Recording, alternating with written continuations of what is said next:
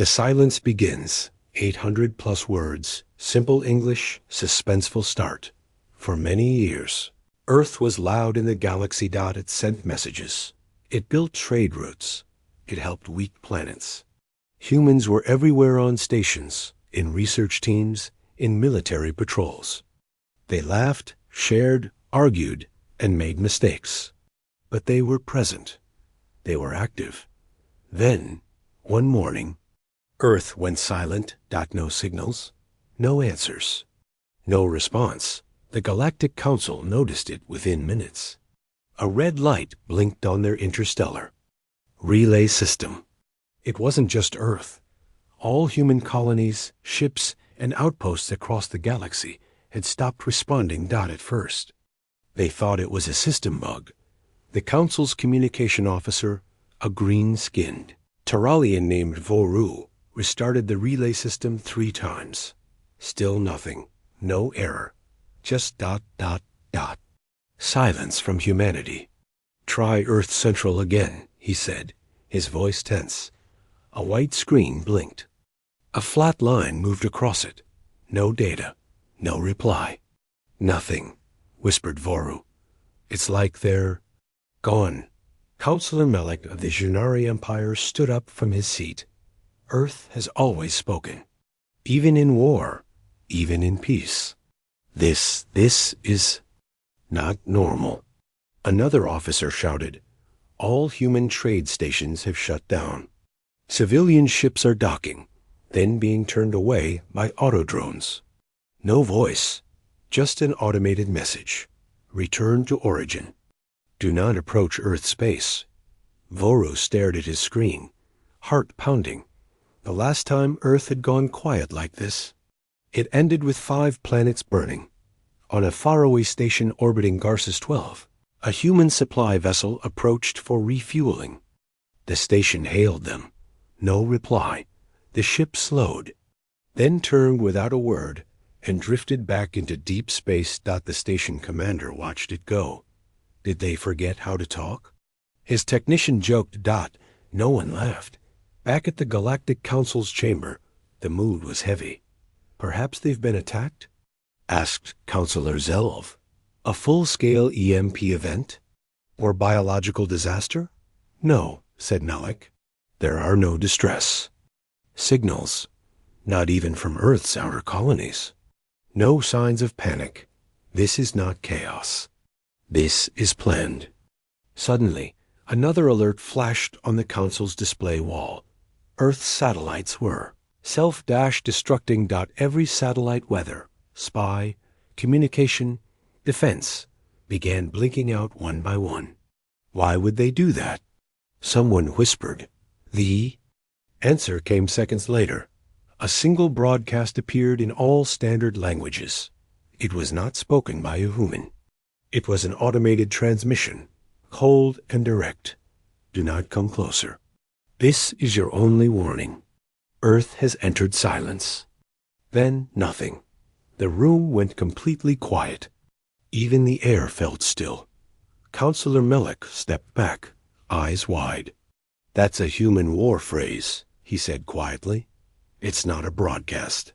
It's a signal."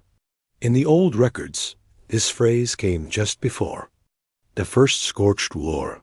They didn't speak. They acted. Voru gulped. "Acted how?" Melek looked at him with cold eyes. "They erased an entire invasion fleet, and the system behind it." An emergency session of the Galactic Council was called. Representatives from over 60 species argued, panicked, and yelled over each other. Some said Earth was collapsing. Others said Earth was planning something. But no one could deny one fact. Earth had chosen silence, not because it had no voice, but because it didn't want to speak. That was far more terrifying. One daring recon drone was sent to Earth's orbit. Just to see, just to confirm. It entered quietly through Jupiter's outer edge. As it passed Saturn, its sensors picked up something strange, a massive structure, hidden in Earth's shadow. It wasn't on any previous star map. The drone sent one image before going dark. A black sphere the size of Earth's moon, hovering silently behind the planet, connected by long tethers of light and steel dot. The image spread like wildfire across the network. "What is that?" A scientist gasped. Melick didn't speak for a moment. Then he said, "That is not a weapon. That is a message." In the deep void beyond Earth, something had changed. Not in sound, not in movement, but in feeling. A weight, a presence. Something old, something cold, something watching. Earth wasn't gone. It wasn't broken, Dot. It was waiting, Dot. And in every corner of the galaxy, from distant outposts to royal palaces, one truth spread like fire across every species. Earth fell silent that day, and every star knew what was coming. Asterisk, the silence spread faster than any war ever had. From mining moons to luxury rings, from research outposts to deep listening satellites, everyone heard it. Or rather, DIDN single quotes T. The galaxy had grown used to Earth's noise. Even in peace, humans argued, laughed, traded, explored. They asked questions. They fixed things. They were always there. Now they were nowhere. Across the stars, governments panicked. Markets crashed. Piracy spiked. People whispered. In back rooms, is Earth dead? Did someone destroy them? Or are they hiding something? In the Orelon Skyreach Palace, Queen Drea, ruler of one of the oldest empires, stood before a massive screen showing the image that came from the drone. The black sphere. Motionless, massive, tethered to Earth by lines of energy. And steel behind her, advisors whispered possible theories. A shield generator? A weapon of mass silence? Maybe a deep space listening station? Drea spoke only one word, no. She turned to the room. That's a womb. Confused silence filled the air. She pointed again. That's not a fortress. It's holding something, growing it. One old general dropped his datapad. Meanwhile, on Kepler Station 9, 3 smugglers watched the footage from a small holo display over drinks. One of them, a red-scaled Kadren named Thress, leaned forward and said, "You ever seen humans quiet before?" The others laughed, then stopped, because none of them had. The smallest of the 3, a half-blind Vranerai with old war scars, finally said, "Last time Earth shut its mouth like this, my brother disappeared. His whole battalion, too. No wreckage. No distress. Just gone." "What did they do?" someone asked. The old Venari sipped his drink. "They didn't do anything. That's what scares me. They stopped doing." The Galactic Council held another emergency session. 3 species had already started evacuating their outer colonies. 5 others closed their borders. One planet outlawed the word Earth from public broadcast. Inside the council chamber, fear turned to argument. "We must send a fleet to investigate," shouted one leader. "That would be an act of war," said another. Councillor Melick, the only one who had faced humans in battle centuries ago, stood slowly. "Do not go near Earth," he said calmly. "Why?" asked the leader of the Vorik Alliance. "Are you afraid?" "Yes," said Melick. "You should be too." But someone didn't listen. The Zaran Dominion, proud and ruthless, had never bowed to fear. They were young in the galactic timeline, but old. Their emperor, Zorax, was known for breaking treaties, testing enemies, and enjoying the thrill of conquest. To him, Earth's silence was an invitation. He called it bluff. "This is weakness wrapped in mystery," he said, his voice broadcast across Zaran space. "We will find out the truth, and if Earth is hiding, we will burn it." He dispatched a strike fleet. Not too large, just big enough to test the water's 12 warships, 3 destroyers, and a command cruiser. The Zaran fleet approached the Sol system. Cautiously, their stealth drones scanned the area. No defense response, no ships, no satellites. "See," said the Zaran admiral. "Empty." They've abandoned their world. But then, a single drone sent an alert. Unidentified gravitational. Pulses near Neptune. The Admiral frowned. Zoom and scan. On the screen appeared something strange. A shadow dot. It wasn't a ship. It wasn't natural. And it wasn't on any registry. Then another appeared. And another dot, dozens dot, no signals. No energy spikes. Just shadows, moving with no heat and no sound. Then, the Zaran command ship say, I gave one word. Observers. The fleet froze. Every crew member aboard those Zaru ships looked to the void. The shadows were now fully visible, positioned behind asteroid fields, near gas clouds, tucked along orbital. Paths dot black holes. No lights, no flags, human warships, not new ones, not registered ones. These were ancient, silent, sleeping titans. Now awake dot, the Admiral ordered a retreat, but it was already too late. The Zarn, fleet's outermost destroyer, vanished dot, no explosion. No light dot, just gone, like it had never existed. A cold voice echoed into every Zarn bridge through unknown channels. You approached without invitation. Leave now or never again. The fleet turned. Fast dot across the galaxy. The Zarn Dominion tried to hide their fear, but news had already spread the Watchers had returned. Hidden human warships that didn't attack unless provoked. No one knew how many existed. Some said they were built in the first Terran War. Others believed Earth had hidden them across the stars for centuries, waiting for the day it needed to go dark. Across the galactic map, a new term began appearing in red text. TSZ. Terran Silent Zone Status. Do not enter dot, and in every bar, bunker, and council chamber, one question began to grow in every mind. If this is just the silence, what happens when Earth speaks again? In the far north of Veltrax Prime, deep inside a cold bunker carved into a mountain, an old alien sat beside a silent screen. His name was Sorvik. His skin had faded with age, his eyes dim, but his memory sharp as ever.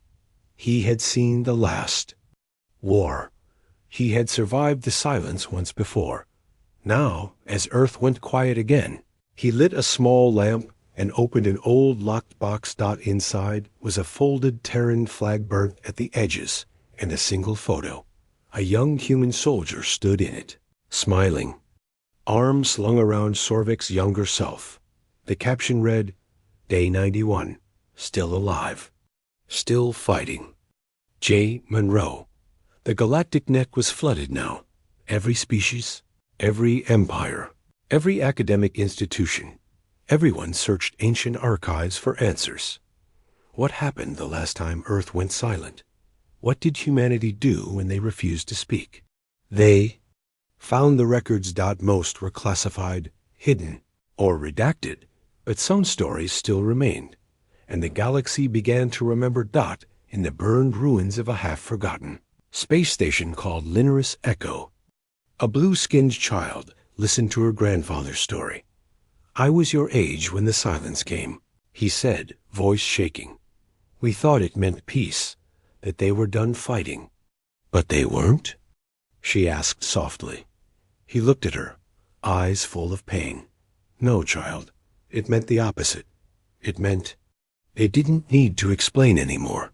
Another voice, on a remote podcast channel, began a secret stream. It was an exiled leader from the Ya. Old Varnic Syndicate, a pirate empire long gone. He had been a warlord once. Now he was alone. But he still remembered. They never start the war, he whispered. That's the thing about humans. They give warnings, words, even mercy. But when they stop talking, when they shut the door and look away, run. It means the gloves are off. It means the blade is already moving. He leaned close to the mic. I saw it. I saw them erase a moon. Not blow it up. Not destroy it. Erase it, like it had never existed. No rubble. Just nothing. His voice broke. I never heard. screaming that silent before. In the grand library of the Sari Prime, an ancient historian unlocked a forbidden scroll. The council had banned its reading for 200 years. Got it described the first time. Earth fell silent. They were under siege. Humans had been surrounded by 5 great fleets, their colonies shattered. But they did not cry. They did not beg. They simply stopped responding. No messages. No movement. Then, 3 days later, Earth launched Project Ragnarok. Kinetic rods the size of skyscrapers dropped from orbit at near-light speed. No explosions. No warning. Just gravity and silence. Entire cities vanished.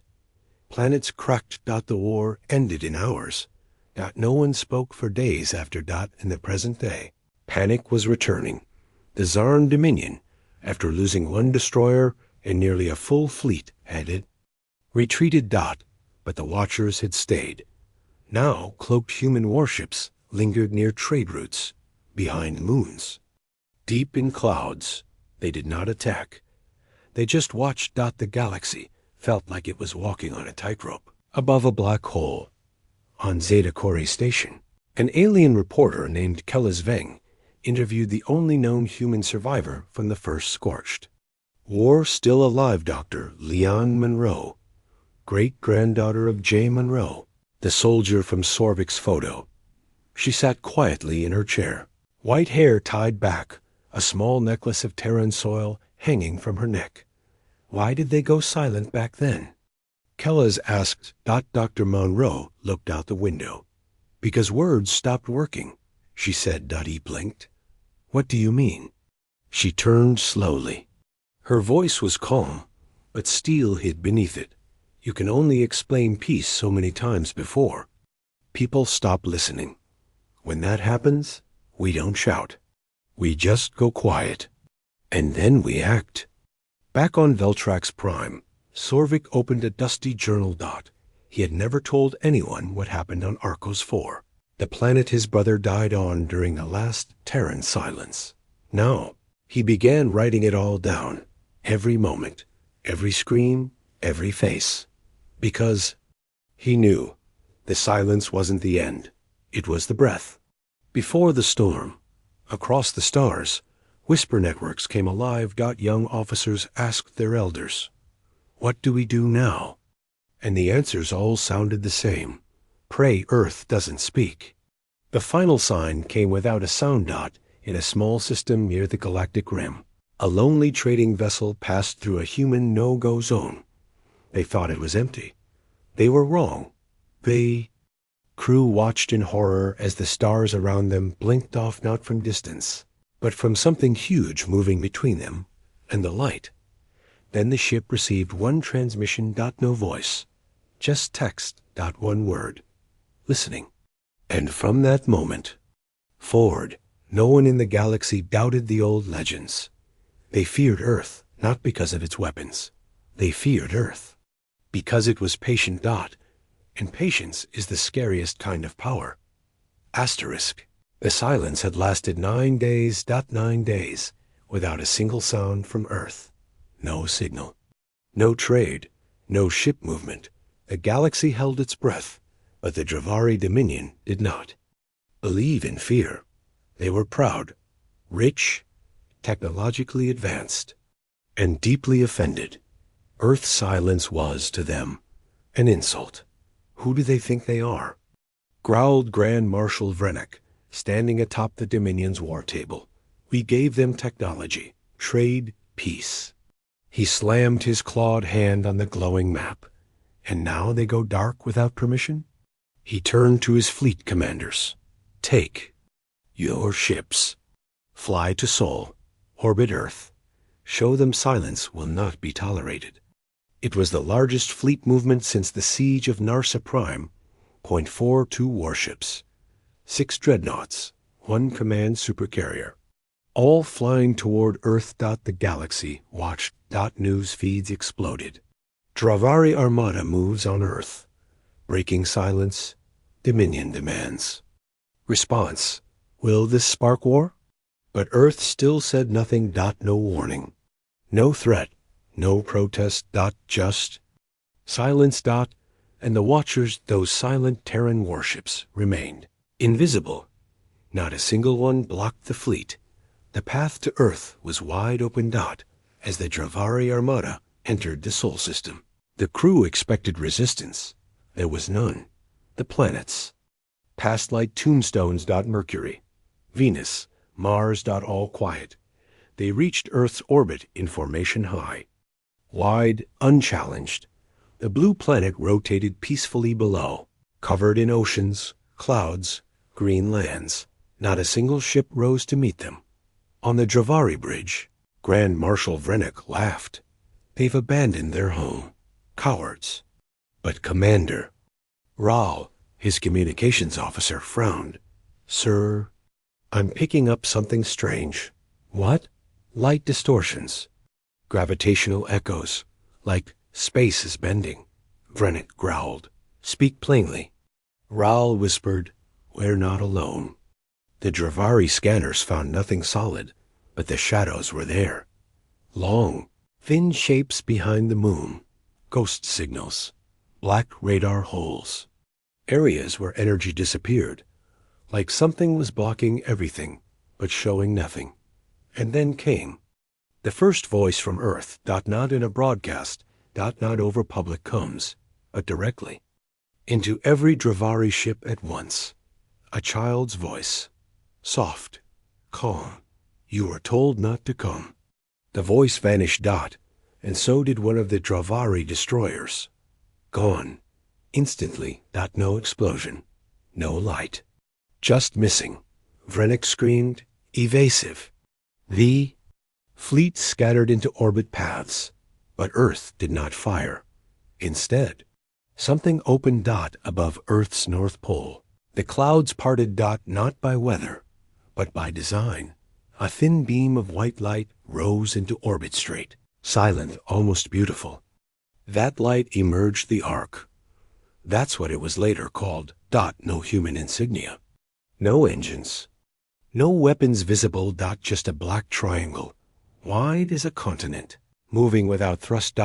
It drifted toward the Dravari fleet like a falling leaf. Vrennik panicked. Target and destroy it. 6 warships fired. Lasers. Plasma. Warheads. Every single shot vanished before reaching the Ark, absorbed mid-space by invisible shields. Raal stared. This is not a ship. This is a verdict. Suddenly, Earth's moon lit up. From its dark side. Massive doors opened, ones that no one had ever known were there. Out came dozens of ships. Black, silent, sleek, old, human vessels but upgraded. Reborn. No names. No radio IDs. Just red triangular marks glowing on their hulls. Every Dravari ship now had a shadow. 1 Terran ship for every Dravari one. Perfect distance. Perfect angle. Waiting. No movement. Just. Watching. Vrennik shouted. Fall. Back. All ships retreat. The Dravari fleet turned, panicked. But as they did, every starship received one last message. Text only. No signature. Return to your homeworld. Do not speak of this. You are still alive because we are still quiet. One Dravari gunner whispered. Still? Quiet? Commander Raal whispered back. It means they haven't begun yet. Back in Dominion space, Vrennik tried to spin the story. He claimed Earth begged for mercy, but his fleet had returned damaged, shaken, disarmed. Every single ship had systems fried, shields disabled, drives scrambled. Not one ship could fire. No one believed him, because one destroyer was still missing. No trace, no debris. Gone. And someone leaked the child's voice. The eerie message. The Ark. Now, fear spread again. But this time, it came with a question. If this was Earth's warning, what happens when they stop warning? On a quiet mountain in Alaska, hidden beneath snow and ice, a human woman stood in a control chamber. Wore no uniform, only a long gray coat with a single word on the back, custodian. A voice from the console asked, "Protocol complete?" She nodded. "Phase 1 is done." "And Earth?" She looked up at the screen stars, blinking across. The void, still silent, still listening. She turned off the lights and walked away. Asterisk. No one expected Earth to move. Not yet. After the Dravari fleet returned shaken and partially disabled, many in the galaxy believed it was over. Earth gave a warning, they said. They proved a point. They'll go quiet again. But Earth didn't go quiet. It didn't go loud either. It just began. The first sign came on day 11 of the silence. A deep space communications relay in Sector Thalos. 3, a hub used by over 70 empires, went offline. At first, officials blamed solar flares. But when maintenance ships arrived, they found something disturbing. The entire relay had been surgically removed from space. No debris. No damage. Just missing. The station it was attached to was untouched. Nothing else was harmed. Only the relay. The message was clear. We know what's important to you, and we can take it. The second strike was worse. In the heart of the Karen Syndicate, a weapons research facility exploded from within. Internal security footage showed no break-in, no intruder, no ships nearby. But seconds before the blast, one word appeared on every terminal. "We warned you." The explosion wasn't big, but it targeted the exact chamber holding the project. Shadefire files, Karen's prototype for planetary blackout weapons. The files were erased. The backups were burned. The servers melted. Everything else was left untouched. It was not a random attack. It was a demonstration. Now fear turned into something worse. Uncertainty. Who would be next? Would Earth strike again? Would they ever speak? Would they only destroy the things you cared about slowly, carefully, until you broke? The Galactic Council demanded answers. They sent envoys, probes, diplomatic messages. Nothing returned. Even old allies of Earth like the Thari, the Delva, and the Makora were ignored. Earth had closed its doors to everyone, not just enemies. And yet, the Watchers were moving. In a system near the edge of Dominion space. A luxury cruiser called Golden Pulse was traveling with no escort that carried over 4,000 passengers, leaders, scientists, and rich elites from dozens of races. They were celebrating the peace treaty between two warring houses. There was music, dancing, and expensive light shows. Then, the ship drifted into a gravity shadow. At first, they thought it was a passing asteroid. But the asteroid changed direction, and then it changed shape. From the blackness emerged a Terran ship. No name. No lights. No weapons visible. It didn't lock weapons. It didn't hail. It simply broadcast one phrase to the cruiser. "You carry poison words. Turn back." The captain laughed. "It off. It's probably a rogue AI," he said. "Earth doesn't attack civilians." The ship's systems froze 12 seconds later. Engines, lights, life support, all went dark. Every passenger heard the same voice in their minds, spoken in their own language. "We are not here to kill, but we are here to remind." For 2 hours, the Golden Pulse floated powerless. No one died. Nothing was harmed. But when the systems returned, the passengers had changed. None of them spoke during the rest of the voyage. Many resigned from their positions when they returned. One scientist cried for 3 days. None of them would say what they saw during the blackout. In response, panic spread across major planets. Some governments shut down their borders. Others tried to form emergency alliances. But it was already too late. The fear had entered their hearts. Not because Earth attacked, but because Earth was choosing not to. And then came the final straw. A high-ranking admiral of the Voron military, known for his hatred of humans, decided to make a statement. He flew his personal battlecruiser close to Earth's silent zone and dropped a bomb, not a real bomb, just a metal casing. With graffiti on it, it read, "Come out and face us, Terran cowards." He laughed as it fell, but before the casing touched Earth's upper atmosphere, it stopped mid-air, hovering, spinning slowly. Then, something unbelievable happened. From Earth's surface, a thin beam of golden light shot up and touched the casing. Casing didn't explode, it just folded in on itself, shrunk, compressed, until it became a single speck of dust, which drifted upward, caught in the beam. Then, silence again, but a new message appeared on every Voran screen across the galaxy. 1. Line. This was your only joke. Do not laugh again. No one laughed after that, not even the brave, because now they understood. Earth wasn't fighting a war. Earth was removing permission, in a hidden orbital outpost behind Saturn's rings. A Terran I marked Phase 2. In progress. The screen showed no targets. Only one word flashing in cold blue text. Awaiting orders from silence.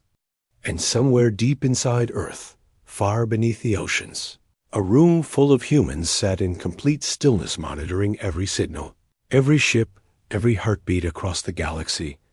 No talking, no blinking lights. Only one sound, the pulse of Earth's core, matching their breath. Waiting. Asterisk.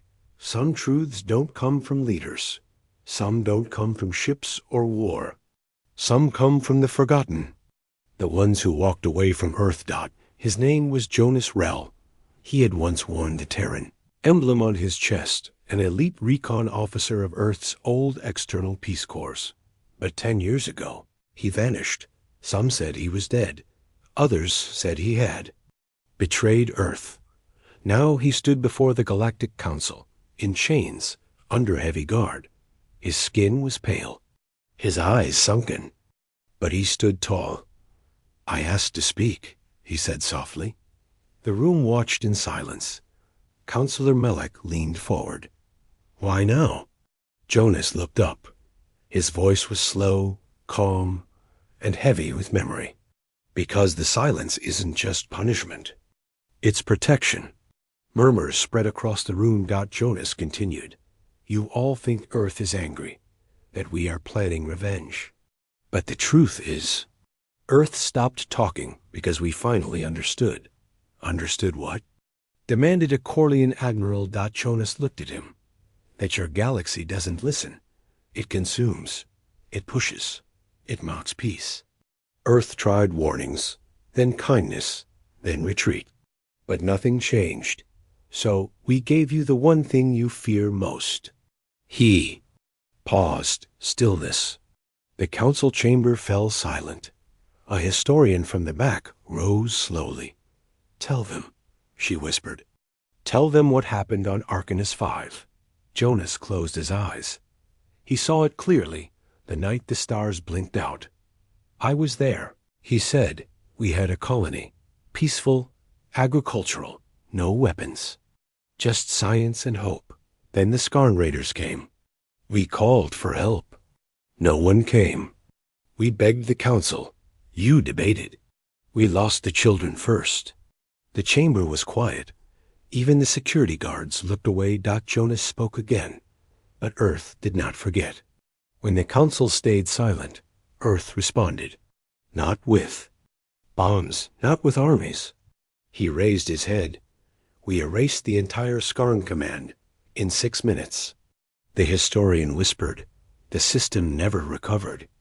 Arcanus is a dead zone now." Jonas nodded. Double quotes. "No one knew it was us, because we didn't boast. We just ended the problem." He turned to the council. That was the first time Earth tasted true silence, not the kind forced by fear, the kind chosen by wisdom. Back on Earth, the silence was still holding. Deep beneath the Andes Mountains, a young Terran child stood beside her mother inside a silent dome, watching stars through glass. Why don't we talk to them anymore? She asked. The mother smiled. Because. They stopped listening. The child pointed at a blinking dot on the map. That ship is close. Yes. Will we stop it? The mother's smile faded. We'll give them a choice. In the council chamber, Jonas gave them that choice now. He held out a small crystal. A recording played. To those who hear this, remember, Earth's silence is not fear. It is discipline. It is the weight of all we've endured. The recording shifted to a voice female, soft, calm, ancient. It was Earth's oldest Athene 1. We watched you turn our peace into weakness. You saw our kindness as a weapon to twist. We stopped speaking not because we had no voice, but because yours were too loud. So we let you speak, and now we wait to see if you'll finally listen. Counselor Melek stood, shaken. I fought humans once, he said. I believed they were reckless. He turned to the others. But maybe they just learned faster. On a faraway moon, 2 pirate clans prepared to raid a Terran outpost marked abandoned. They landed, crept forward. Weapons ready. Inside, they found no guards. No traps. Only a single stone circle. In the center, a message carved in old human. Script. This place is not forgotten. It is being watched. Suddenly, every pirate heard a click, not from their guns. From inside their ears. Their combs exploded with one word. Leave. They did. They never returned. And then, one more voice returned from the past. A child, from a colony lost long ago. Survivor of a RKAN is -5. Now a grown woman. She stood on a quiet broadcast, open to all species. Her name, Elia Monroe. She held a photo. A burned field. A father holding his son. My family died while you debated, she said. My mother sang as the sky fell. She didn't scream. She didn't cry. She told me, one day, they'll know. She looked into the camera. Now you do. They. Message ended.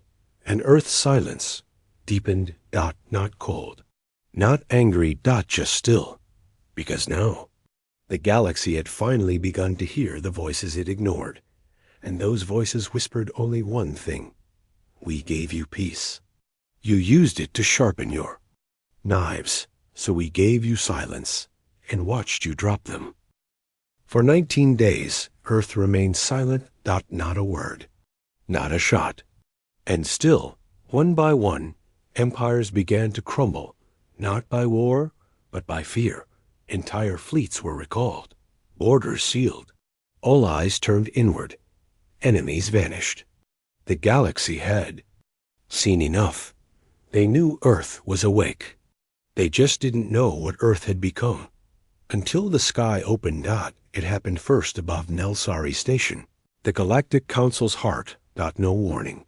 No alarm. Just stars. Gone. Blotted out. Replaced by shadows.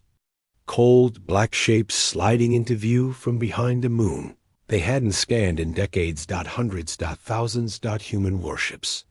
But these weren't standard Terran vessels. No flags. No names. No heat. No COMS. Just a perfect line of dark titans. Silent. Patient. Watching. As if they had always been there. Inside the council chambers, alarms screamed. Security scrambled. Generals shouted, "Are we under attack?" No weapons charged. Then what do they want? And then, a single signal was received. Low frequency. Terran standard. A voice, male, aged, calm. This is Earth. We are here to speak. One last time. Every chamber fell quiet. It was the first true human transmission in nearly 3 weeks. And it wasn't a declaration of war. It was a mirror. Screens lit up across the galaxy. A transmission. Unblocked, unstoppable. From Earth's surface. A mountain. Range unfolded like an opening hand, revealing a massive structure beneath the stone. The Terran Assembly Corps. There, standing at its center, was no soldier, no politician, not even a General Dot. It was a little human girl, brown skin, barefoot, hair in long braids. She looked no older than 8 Dot. She stood on a stone platform, surrounded by glowing trees, as birds circled overhead. She smiled at the camera. Her voice was small, but it echoed into every home, base, and throne room in the galaxy. My name is Naya. I am a speaker for Earth. She looked up at the sky. We love stories. We love peace. We love to build things. She placed a hand on her chest. But we also remember. Behind her, holograms rose, footage of massacres, broken colonies, treaties burned, children weeping, and humans rebuilding again and again. You saw our pain, and you mocked it. You saw our silence, and you misunderstood it. But now ... we speak again, not to ask, not to warn, but to decide. The sky behind her split open, a rift of blue fire. A jump gate human made, but unlike anything seen before ... it shimmered like glass, but spun like a star.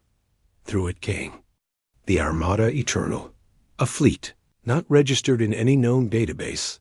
built in silence, forged in exile. The ship carried no weapon visible, only strange, glowing marks written in ancient Terran script. The Council's I couldn't identify the symbols. Someone old did. Counselor Melek whispered, "Those are names. Human names. Every ship is named after the fallen." And then, the Armada stopped. Perfect formation ... above every major capital in the galaxy ... and waited ... back in the chamber. Naya spoke again. We do not come to rule. We do not come to destroy. We come to give a choice. She raised a small white cube in her hand. This is the Peace Corps. If you accept it, we leave. We will watch, but we won't act. She lowered her hand. If you reject it, the glowing trees behind her flickered and vanished, revealing a massive vault under Earth's crust. Rows of ships, runes, machines humming with power beyond known science. Then we will forget how to be kind. The feed cut ... no demands ... no countdown ... just a choice. And a silence that followed was heavier than any warhead. Across the stars, leaders debated, protested, pleaded, but none could deny the truth. Earth had already won ... not by fire, not by fear, but by conviction ... and they had done it all. Without speaking for 19 days. 3 days later, 92% of the galaxy accepted the Peace Corps. The others went quiet, not because they disagreed, but because their fleets had gone missing during the night. No screams, no fire ... just gone ... and so a new rule was written, one that would never appear in formal treaties, but was taught to every child, every soldier, every diplomat. If Earth is quiet, listen. If Earth is watching, behave. And if Earth speaks, obey. Back on Earth, the little girl Naya stood alone on her platform, the sky now full of stars again. She whispered softly to no one in particular. That was our last warning. Asterisk.